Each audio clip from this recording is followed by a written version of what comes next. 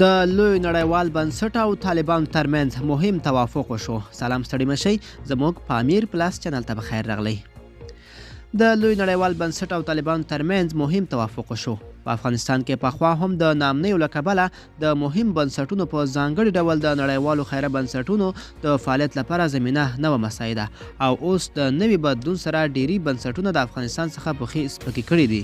خو اوس تازه د سرې میاشتې د عملیاتي ادارې مشر دامینګ استیل هارت د افغانستان د نوي حکومت د رئیس الوزرا د سیاسي مرستیال مولوي عبدالکبیر سره په خپله لیدنه کې مهم توافقات ترسره کړي دي.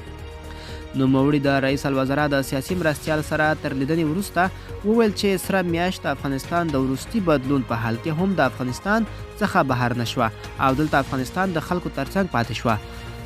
په خپلو خبرو کې د طالبانو سره د خپلو ښو اړیکو څخه هم یادونه وکړه او ویل چې دوی د طالبانو سره هیڅ ډول ستونزه نه درلوده او ښې اړیکې ورسره غواړي. ښاغلی دامینګ وړاندې د اړیکو د قوي کولو په هکله خبرې وکړې او ویل چې غواړي د نوي حکومت سره خپلې اړیکې نورې هم قوي کړي.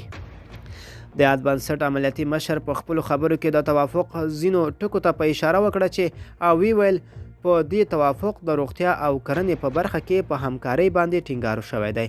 نوموړي وویل چې سره میاشت هغه ژمنې په اساس چې د افغانستان د خلکو سره یې لري په افغانستان کې خپل فعالیت نور هم پراخوي.